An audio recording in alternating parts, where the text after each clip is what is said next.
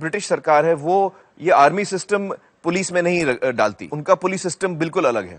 तो police system वहां का क्या है? सिंपल, एवरीबॉडी एक ही लेवल ऑफ एंट्री होता है। जैसे इंडिया में आईपीएस होता है, स्टेट सर्विस डीएसपीज होते हैं, डायरेक्ट सब इंस्पेक्टर होता है और कांस्टेबल होता है। मतलब 4 लेवल के एंट्री होते हैं। 4 तरीके से आप पुलिस में भर्ती हो सकते हैं। लेकिन वहां पे भर्ती होना है पुलिस डिपार्टमेंट में, एक ही लेवल है, कांस्टेबल। तो हर आदमी कांस्टेबल से शुरू होता है? हर आदमी। अच्छा, मतलब लंदन का कमिश्नर भी पहले कांस्टेबल था? बिल्कुल बिल्कुल। तो हमारे यहाँ कांस्टेबल कहां तक पहुंच पाता है? बहुत कोशिश के बाद अभी एएसआई बनेगा। एएसआई मतलब असिस्टेंट सब इंस्पेक्टर, मतलब 40 साल में वो इंस्पेक्टर भी नहीं बनेगा? तो वो क्या सोचेगा अपने बारे में? उसको वो दिलचस्पी नहीं है, वो मोटिवेशन नहीं है उसको। अच्छा काम बुरा काम करें कोई फर्क नहीं पड़ता। काम से क्या फायदा होगा? ये जो अलग अलग एंट्री पॉइंट्स हैं पुलिस सर्विस में, इसमें क्या कोई विभाजन पैदा होता है अफसरों में, कोई डिवीजन पैदा होता है? आईपीएस वाले स्टेट सर्विस वाले को देखेंगे, कहते हैं स्टेट सर्विस वाला है, मतलब बहुत इंफीरियर आदमी है। और स्टेट सर्विस वाला आप सब इंस्पेक्टर को देख के कहता है ओ सब इंस्पेक्टर एंट्री है, और बेचारे कांस्टेबल का क्या बोले आप? तो जो यूनिटी होना चाहिए फोर्स में कब आएगा? When there is only one level of recruitment. Entry है सब कांस्टेबल के, सब एक ही लेवल पे हो, और ये जो माई बापी का सिस्टम है वो चला जाएगा।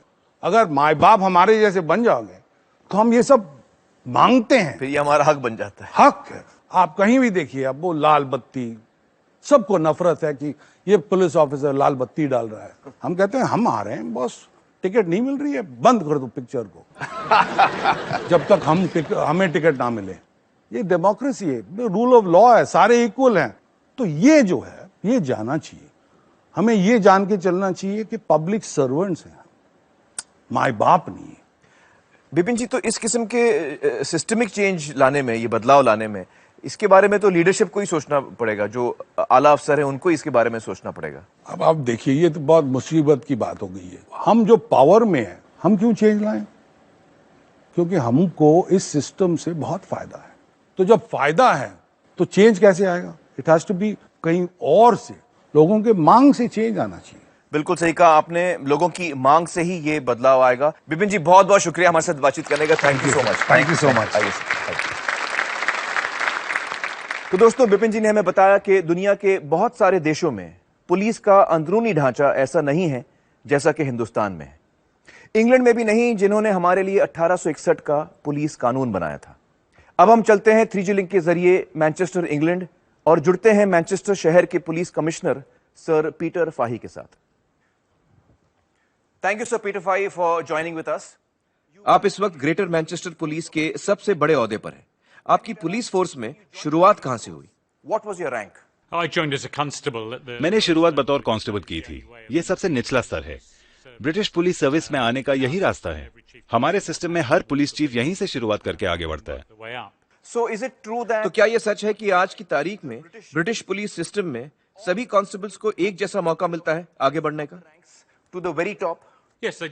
जी हाँ, सब आपकी काबिलियत के ऊपर है। सार्जेंट और इंस्पेक्टर के पद के लिए कुछ प्रमोशन एग्जाम्स होते हैं, लेकिन मौका हर एक को मिलता है।